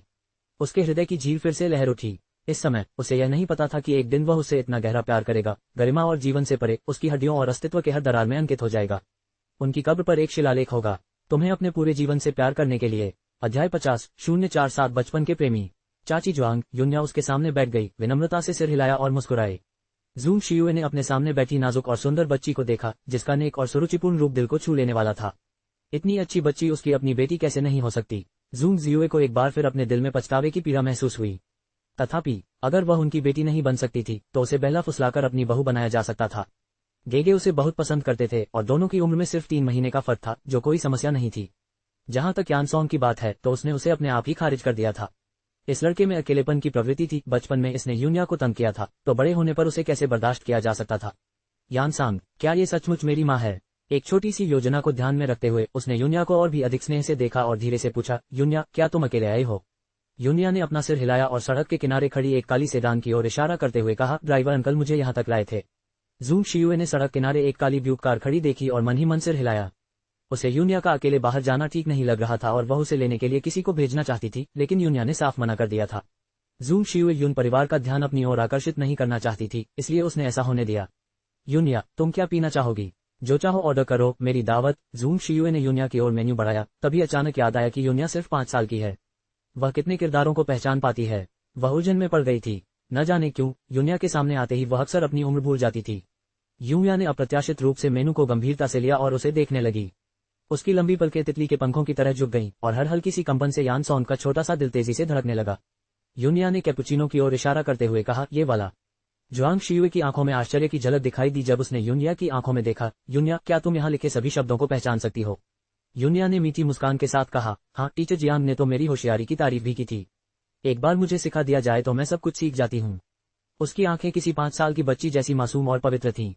यह अफवाह थी कि जी परिवार की छोटी राजकुमारी एक प्रतिभाशाली बच्ची थी, और अब उसे देखकर यह स्पष्ट था कि ये दावे निराधार नहीं थे। यूनिया के पास वास्तव में दुर्लभ बुद्धि थी। यान सोंग पूरे समय जुआंग शियुए के पास बैठा रहा, कभी खिड़की से बाहर देखता, कभी यूनिया की ओर देखता और असामान्य रूप से अच्छा व्यवहार करता। यूनिया ने यान सोंग को नजरअंदाज करना चुना और जुआंग शियुए की ओर मुड़ी। क्या मैं जान सकती हूँ कि चाची जुआंग ने मुझसे मिलने के लिए क्यों कहा है? जुआंग शियुए ने छोटी लड़की की स्पष्ट आंखों में देखा और अचानक कहा, यूनिया, क्या तुम मेरी बेटी बनना चाहोगी? यूनिया आश्चर्यचकित रह गई। वह जानती थी कि आंटी जुआंग उसे बहुत पसंद करती हैं, लेकिन उसने यह उम्मीद नहीं की थी कि वे उसे अपनी धर्मपुत्री के रूप में अपने साथ रखना चाहेंगी। जुआंग शियुए ने यूनिया का थोड़ा ठंडा हाथ पकड़ते हुए कोमल आंखों से कहा, यूनिया, आंटी तुम्हें मेरी अपनी बेटी की तरह प्यार करेंगी। अगर तुम तैयार हो तो तुम यान परिवार की छोटी राजकुमारी बनोगी। यूनशु के बोझ से लौटने के बाद से ही यह विचार उसके मन में घूम रहा था। वह एक बच्चे की सगाई करना चाहती थी, लेकिन इसमें बहुत सारी अनिश्चितताएं थीं और उसे डर था कि यून परिवार के यूनशेन और यूनशु परेशानी खड़ी कर देंगे। इसके अलावा यान के अभी छोटा था और वह उसे बच्चे की सगाई में नहीं बांधना चाहती थी। वह एक ऐसे रिश्ते की उम्मीद कर रही थी जो बचपन की दोस्ती से स्वाभाविक रूप से विकसित हो। भविष्य के बारे में सोचते हुए जूंग जियुए का दिल उत्साह से भर गया, जिसे वह मुश्किल से रोक पाए। यान सोंग ने भौहें चढ़ाईं। क्या उसे एक और बहन चाहिए थी? यदि वह जी यूनिया थी तो वह अनिच्छा से इसे स्वीकार कर सकता था। वह निश्चित रूप से उस मूर्ख यान के से बेहतर थी। यूनिया की हिचकिचाहट देखकर यान सोंग को अचानक बुरा लगा। क्या उसकी बहन बनने के लिए इतनी इज्जत चाहिए? ये बिगड़ैल बच्ची सच में अपनी औकात नहीं जानती। यूनिया सचमुच हिचकिचा रही थी। वह जानती थी कि कुछ सालों में जियांगजू में यान परिवार का क्या स्थान होगा, और यान परिवार की धर्मपुत्री होने से उसे कई लाभ होंगे। कम से कम यूनशेन और यूनशु को उसका विरोध करने से पहले 2 बार सोचना पड़ेगा। अपने निजी हितों के लिए वह मना नहीं करेगी। लेकिन जूंग जियुए की स्नेहपूर्ण और उम्मीद भरी निगाहों को देखकर उसे अचानक अपराधबोध का एहसास हुआ। शुरू से ही वह बस उसका इस्तेमाल कर रही थी, अपने स्वार्थ को पूरा करने के लिए एक महिला के स्नेह का शोषण कर रही थी। लेकिन इसका क्या? यूनिया ने मन ही मन सोचा, बदला तो आपसी होता है, बदले में वह भी जिलानी की तरह एक नेकदिल और अच्छी बेटी होगी। उसका वजूद अब सिर्फ एक बेटी से कहीं बढ़कर एक साफ सुथरी कीमत वाली वस्तु जैसा हो गया है। बेटी जितनी अच्छी होगी, माँ उतनी ही ज्यादा गौरवान्वित होगी, एक ऐसा गौरव जिसे कोई भी पैसा नहीं खरीद सकता। इन विचारों से खुद को आश्वस्त करते हुए यूनिया ने धीरे से कहा, मैं तैयार हूँ। जूंग जियू बहुत खुश हुआ। उसने यूनिया का हाथ कसकर पकड़ लिया। अच्छी बच्ची, अब से तुम जूंग जियू की बेटी हो और कोई भी तुम्हें परेशान नहीं कर सकता। हम दुनिया को ये बताने के लिए एक शुभ दिन चुनेंगे और सभी को बताएंगे कि मेरी बेटी कितनी सुंदर और अच्छी व्यवहार वाली है। वह हथेली इतनी गर्म थी, यूनिया के दिल में हलचल महसूस हुई और उसने अपनी पलकें झुका लीं। कॉफी परोसी गई और जुआंग शियुए ने यूनिया के कप में चीनी मिलानी चाही। बच्चों के लिए कॉफी पीना अच्छा नहीं है, बहुत कड़वी होती है। चीनी के साथ इसका स्वाद ज्यादा अच्छा होता है। यूनिया ने जूंग जियुए को कॉफी में 2 बड़े चम्मच चीनी डालने दी, लेकिन आंटी जूंग आपको इसे सिर्फ एक बार ही पीने देंगी। कॉफी में कैफीन होता है, जो ज्यादा मात्रा में सेवन करने पर शरीर के लिए अच्छा नहीं होता और ज्यादा चीनी से कैविटी हो सकती है। जुआंग शियुए शौचालय में गई और जाने से पहले उसने दोनों को इधर उधर न भटकने का निर्देश दिया। केवल यूनिया और यानसोंग को अकेले छोड़ दिया। यानसोंग ने नाक से घृणा से खर्राटे लिए और यूनिया की तरफ देखते हुए कहा, तुम्हें अभी बहुत घमंड हो रहा होगा, मेरे मम्मी पापा को चुराकर और मेरी बहन बनना चाहती हो, लेकिन देखना होगा कि तुम इस लायक हो या नहीं। उसने घृणा से कहा। यूनिया ने धीरे से अपनी कॉफी हिलाई, भंवरों को बनते हुए देखा और हल्के से हंसी। क्या भाई यान अब डर गए हैं? लेकिन क्या करें, मैं पहले ही चाची जुआंग की बात मान चुकी हूँ, इसलिए भले ही आप मुझे पसंद न करें, आपको जीवन भर मेरे साथ रहना होगा। अनिवार्य रूप से उनके जीवन एक बार फिर आपस में जुड़ गए। लेकिन भाई यान, मुझे आशा है कि आप अपने दिल की अच्छी तरह से रक्षा करेंगे और मुझसे फिर से प्यार नहीं करेंगे, अन्यथा आप पुनः घायल हो जाएंगे। नहीं, इस बार तो ये सुधार से परे होगा। आगे की कहानी सुनाने के लिए VM स्टोरी वर्ल्ड को सब्सक्राइब करो।